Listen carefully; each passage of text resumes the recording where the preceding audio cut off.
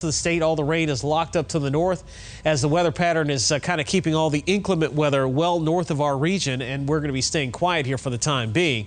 Now, the tropics have been a little bit active, and the only two areas that we're watching now is Lorenzo way out in the open Atlantic, and then, of course, we're keeping an eye on Karen.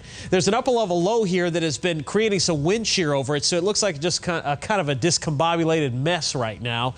Winds down to 40 as of the 5 o'clock advisory. Still expecting this thing to drift northward, and it's going to do a loop-de-loop due to an area of high pressure that is going to strengthen to its north, and that will help steer it in a west to southwest direction. Now, there is a chance that this thing may not even last through the weekend, given the fact that the conditions out in the western Atlantic are just so hostile. Dry air, sinking air, and shear, all that are going to combine to perhaps keep this thing in check. The Hurricane Center forecast intensity has cut down significantly for what we were looking at even just this morning or even yesterday.